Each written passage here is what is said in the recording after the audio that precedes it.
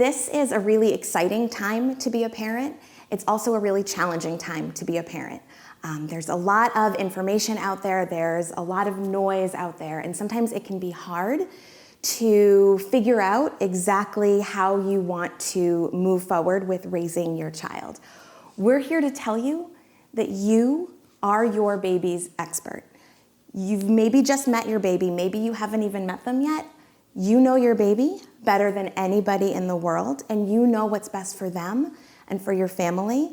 So know that you are 100% allowed to trust your intuition because it's there and it's good. And do what you know feels right for your family. The rest will fall into place, we promise.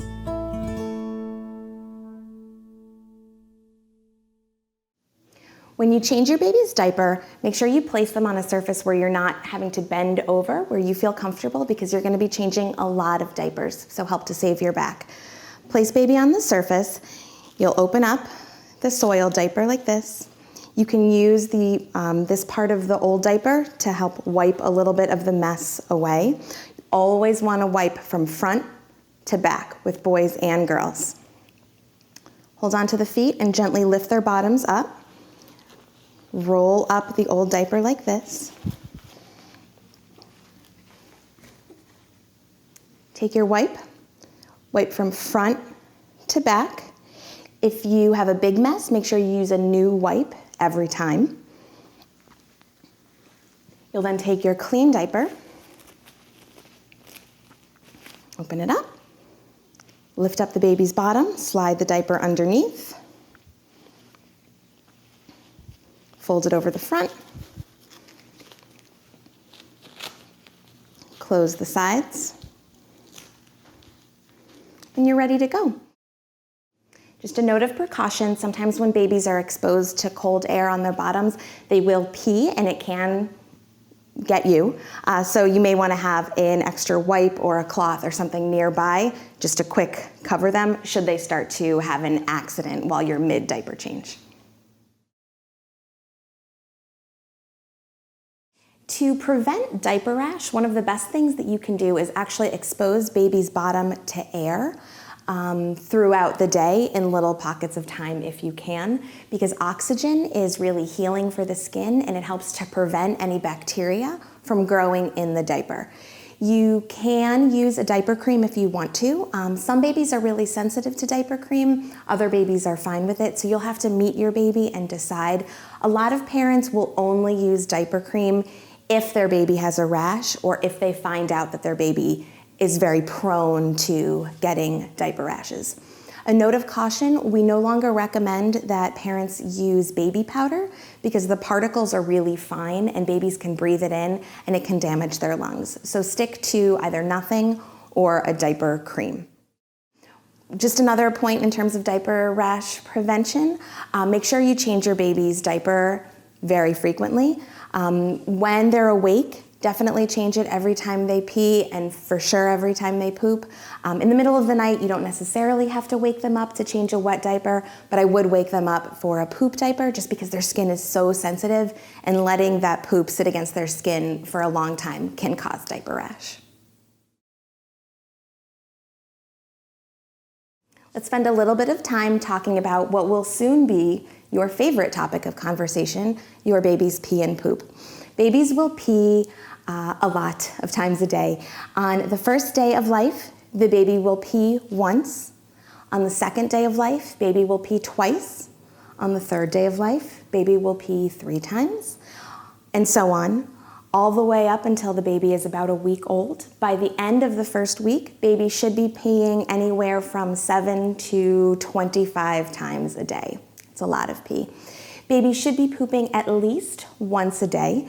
In the very beginning, the baby's poop is called meconium. It is dark and kind of sticky and almost tar-like. As your baby starts to drink milk, the meconium will get flushed out and they will transition to regular baby poop. Just a little tip when you are in those very beginning days with meconium, it can be, like I said, very sticky. So after you change their diaper, put a little bit of petroleum jelly on their bottom and then put the diaper on. Then the next time they have a meconium poop, it will not be as hard to wipe it away. If you notice that your baby is peeing or pooping less than they normally do, or 24 hours goes by and they don't poop at all, that would be a good reason to call the pediatrician. Let's spend some time now talking about bathing your baby. You don't have to bathe your baby every day. In fact, just a couple of times a week is sufficient. They don't get dirty like we do or like toddlers do, so every once in a while is completely fine.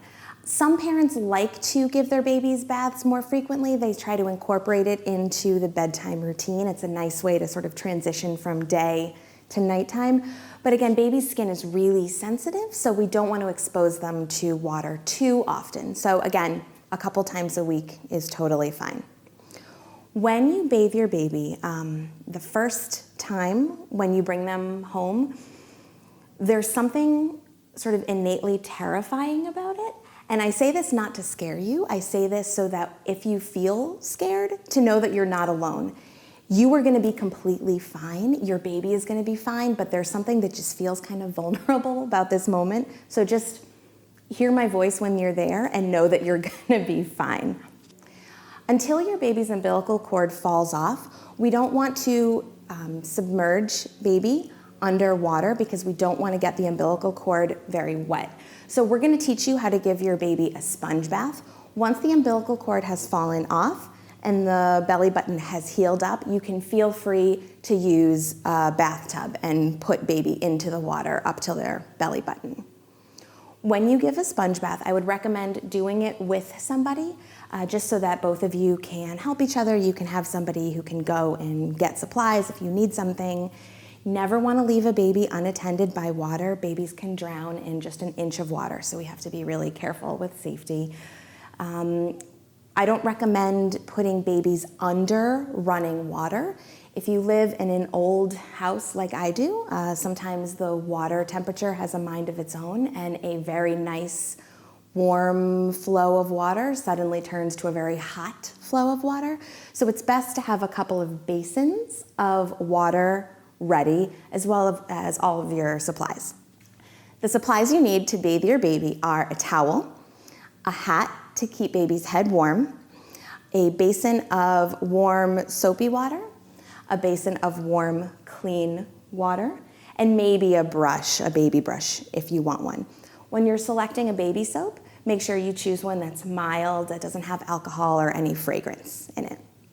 When you're bathing your baby, something to remember is that babies lose their body temperature, their body heat, very quickly. So we try to keep baby covered and warm as much as possible.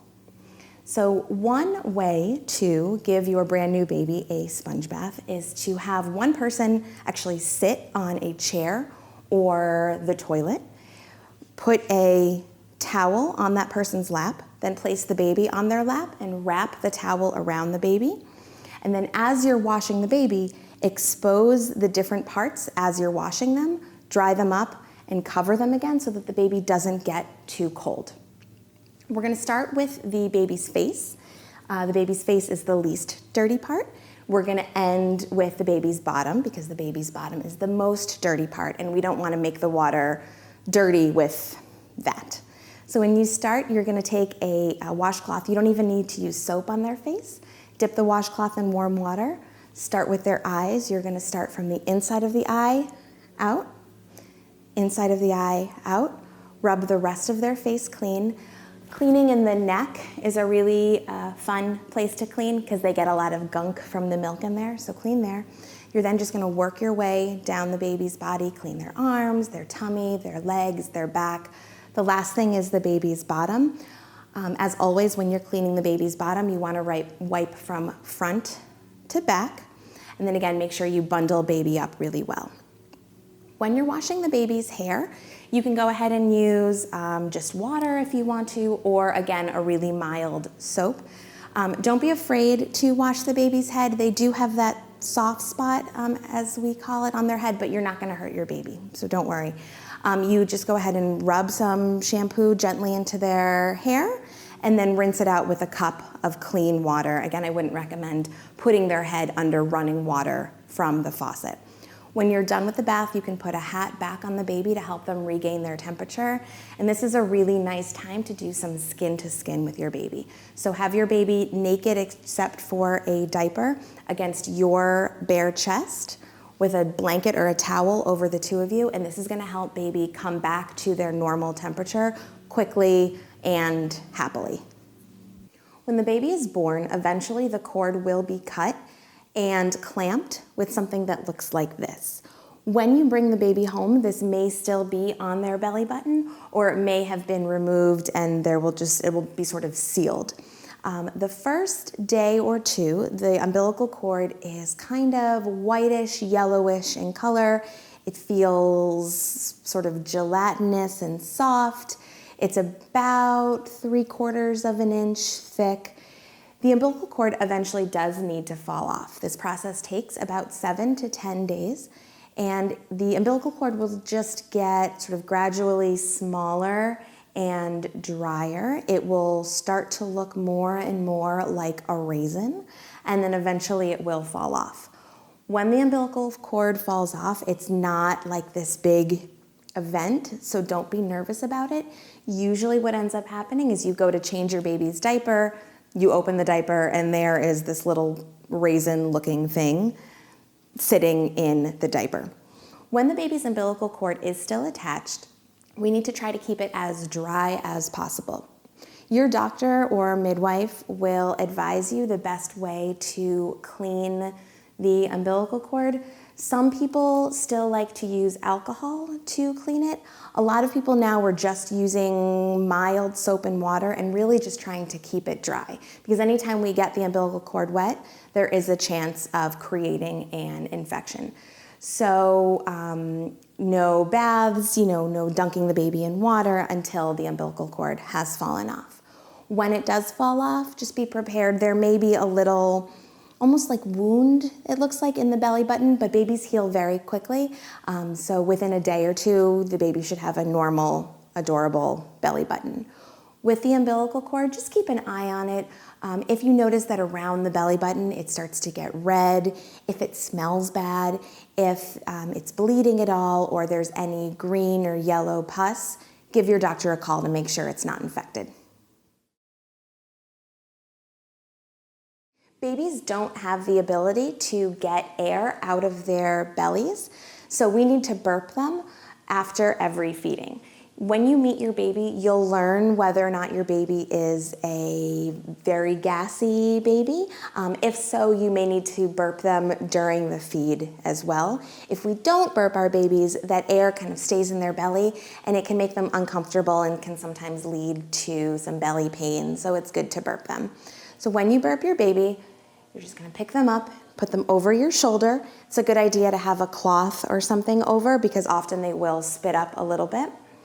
You're gonna give them a nice pat on the back. Don't go too hard, but also don't be afraid to really try to get that air up out of their belly. You're gonna keep burping them until they burp. Sometimes it'll be a little burp, sometimes it will be a very impressive burp. You'll learn your baby and you'll learn if they tend to burp really quickly or if it takes a little bit of time. Another way to burp your baby is to sit down and put the baby on your knee, support their chin in your fingers with one hand, and then burp them by patting them on the back with the other hand. Your baby has spent the last 9 months living in a fluid-filled environment. So when they're born, they're gonna have a little bit of extra nasal congestion, which you may have to help them remove because they're not able to blow their nose yet. If you give birth in a hospital or a birth center, there's a good chance that you will get one of these. I would recommend taking it home with you so that you are ready to go should you need to help get some fluid out of your baby's nose. This is called a bulb syringe. To use a bulb syringe, you're gonna take it in your hands like this, squeeze it together, then place it into the part that you want to suction out. So say we're gonna do the mouth, place it gently into the cheek part of the mouth, release. You'll fill this up with some fluid, then take it out. Squeeze out whatever fluid you've removed onto a napkin, and then you can go again.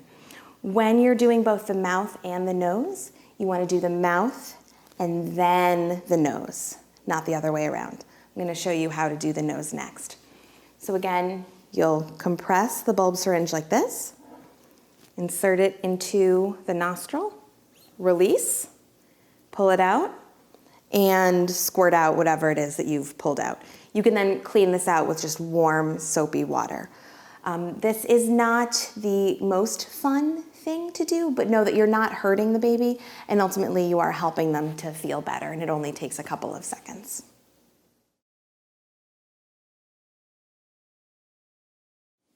We're going to spend some time now talking about the basics of car seat safety, but know that this is a really important and a really big topic.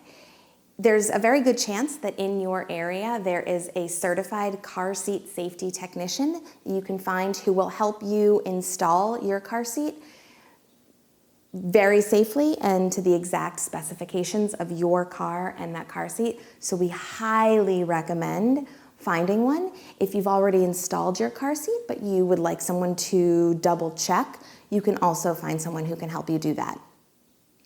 With the car seat, no matter what brand, the baby is always going to go in the back seat and always going to be rear facing. The more studies that we do, the more we learn how much safer rear facing, so facing backwards in the car, how much safer that is than facing forward.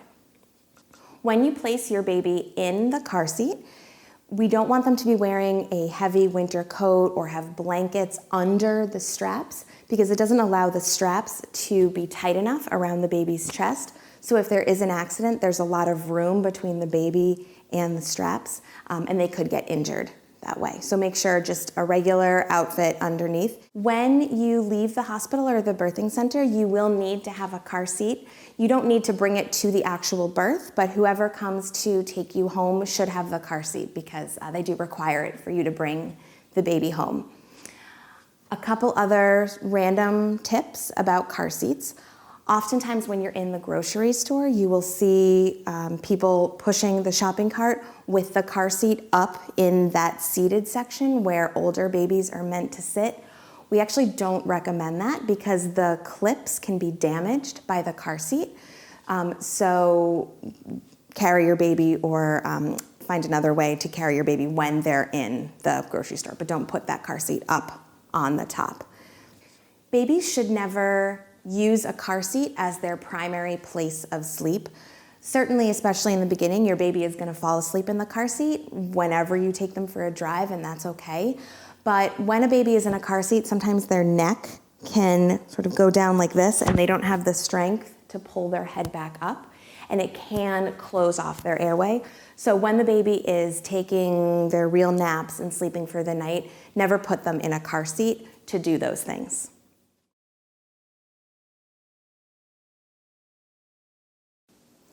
When you're dressing your baby, you want to err on the side of keeping them cooler rather than having them overheat. As a side note, the ideal temperature for a baby is about 68 to 72 degrees. So when you're dressing your baby, you want to have them be wearing one more layer than you are comfortable in. So if you are wearing pants and a t-shirt, baby probably needs pants and a long sleeve shirt. If you're comfortable in pants and a long sleeve shirt, baby probably needs a little sweater in addition to that ensemble. You don't want an overdressed baby with lots of hats and blankets because they can overheat, which can lead to illness and an uncomfortable baby. If you need to check your baby's temperature, there are two ways to do it. You can do it under the baby's arm. To do this, you simply lift the arm up, take the thermometer, place it under their armpit, put their arm down. Just make sure that the thermometer is actually under their armpit and not sticking out the back so that you're actually checking the temperature of the air behind the baby. When you're checking the baby's temperature under their arm, you will need to add a degree. So if the thermometer says 99 degrees, it's actually 100 degrees. The most accurate way to check a baby's temperature is by checking a rectal temp. That means checking in their bottom. Parents always get really nervous about this idea, but you're not gonna hurt your baby. The tip of a thermometer is very, very small, so they really are very rarely bothered by it. The only thing is that sometimes it can make them poop, so just be aware, have an extra diaper ready to go. To do a rectal temperature, you're gonna open up their diaper.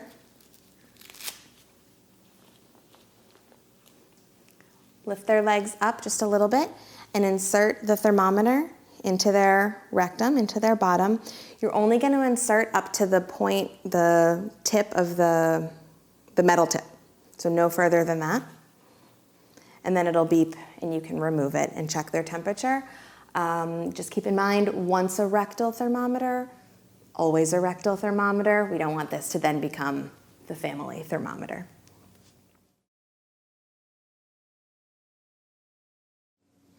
Let's spend some time now talking about when you should call your baby's pediatrician. If your baby has a change in their poop, it's time to call. If their poop is hard or it looks like they're straining or they're uncomfortable as they're having a bowel movement. Also, if the baby goes more than 24 hours without having a bowel movement. Also, if the poop is very loose, if it's more watery than it normally is, this could indicate diarrhea. You should go ahead and give them a call. If the baby is peeing less than they normally pee, you'll have a good sense by tracking your baby's pee, how often they normally pee, and there will be some variation, but if normally your baby pees about 9 times a day and then all of a sudden baby pees 5 times in a day, it could mean that baby is dehydrated, so you should give them a call. If there's any blood in the urine or the poop, also give a call. Fevers in a baby are an emergency. So while when you have an older child, when they get a fever, often we can just kind of wait and see. When you have a newborn, a fever is often actually a trip to the emergency room. A fever in a baby is 100.4 or above. So if you check their temp in their armpit or in their bottom and it's 100.4, that's worthy of a 2 a.m. call to the doctor, and also know that there's a good chance that you'll be on your way to the emergency room, just because babies are not exposed to as much as older kids, so when they have a fever, oftentimes it means that something is not right. When my now 3-year-old was 10 weeks old, he was kind of a fussy baby. So he cried. There was a lot of crying. But there was one night where his cry was different and I couldn't even explain it. I couldn't really put words to it when I called the pediatrician at 2 o'clock in the morning. And it just sounded different to me. He didn't feel warm at all. But we went ahead and checked his temperature. He had a fever of 102.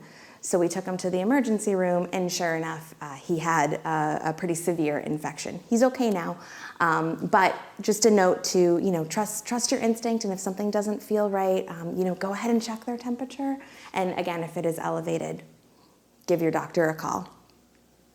If your infant's behavior changes, that is another reason to suspect that something may be up. Again, if they're inconsolable, if they're normally a pretty happy baby and suddenly they're very, very upset or you just can't get them to stop crying. Also, if your baby becomes lethargic, if they seem extra tired, they're kind of floppy, you have trouble waking them up, give your doctor a call. Check out their umbilical cord and their belly button region. If it's red around the umbilical cord, if it's bleeding, if it smells bad, or if there's any pus or drainage, that would be a reason to call the pediatrician. Certainly if your baby is having any trouble breathing, if they're making noises as they're breathing, if they're flaring their nostrils as they're breathing, meaning their nostrils are getting bigger and smaller as they're breathing, or if they're having something called retractions. When a baby has retractions, they are sort of breathing, you can see, they're sort of pulling in the skin of their belly under their rib cage, so their rib cage becomes like very pronounced. That is an indication of a breathing problem. And certainly if you suspect that your baby is having trouble breathing, call 911. Don't even wait to call the pediatrician. It's very normal for babies to spit up. When you meet your baby, you'll find out if you have one that spits up a lot or if they don't spit up too much.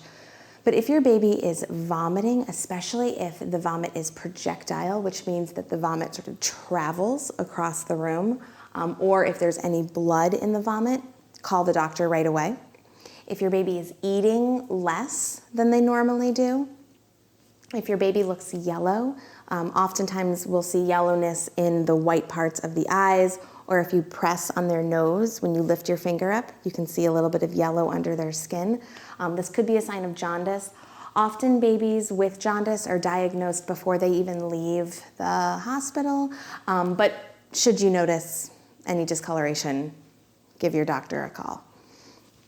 The last thing I want to say about giving your pediatrician a call is feel free to use your gut and use your intuition.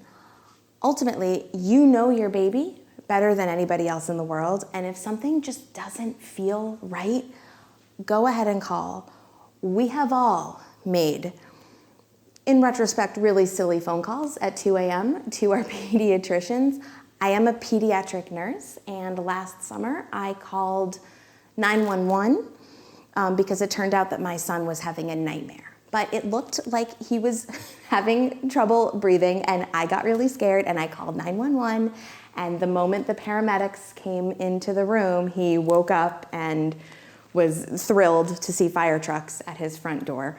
So the point of this story is that we all do it, so when in doubt, if something just doesn't feel right, go ahead and call. Worst case scenario, you have a funny story to tell a couple weeks later, but you know, again, you're your baby's expert, and so you can feel free to go ahead and use that intuition whenever you feel like you need to.